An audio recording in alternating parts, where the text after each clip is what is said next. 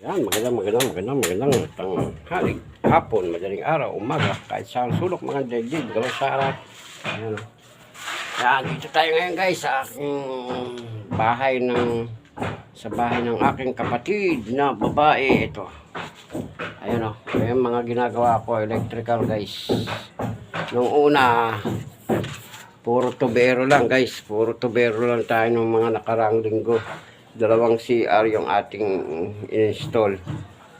Abang. Tapos ngayon nag-electrical tayo guys. Ayan.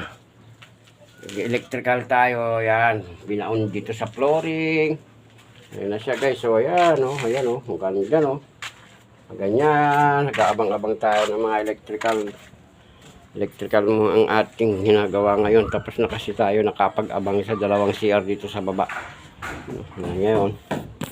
Ayan. Mga outlet, naglinya ako ng mga outlet guys. Yan. So mga outlet dyan. Yan pa oh. Ba, yun pang chipping hammer. Yan yung mga tubo.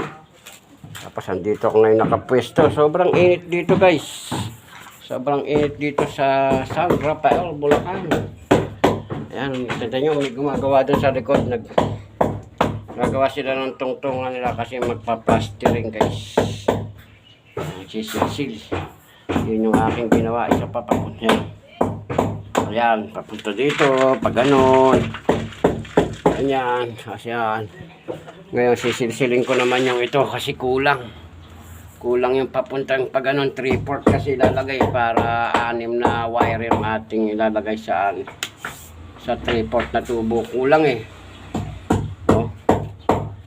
Tapos pa rin oh, kulang ang pagsilsil ng helper guys. Miguel Sara, ganda muna kayo guys, magsisil muna ako. Silsil muna, ang init, grabe.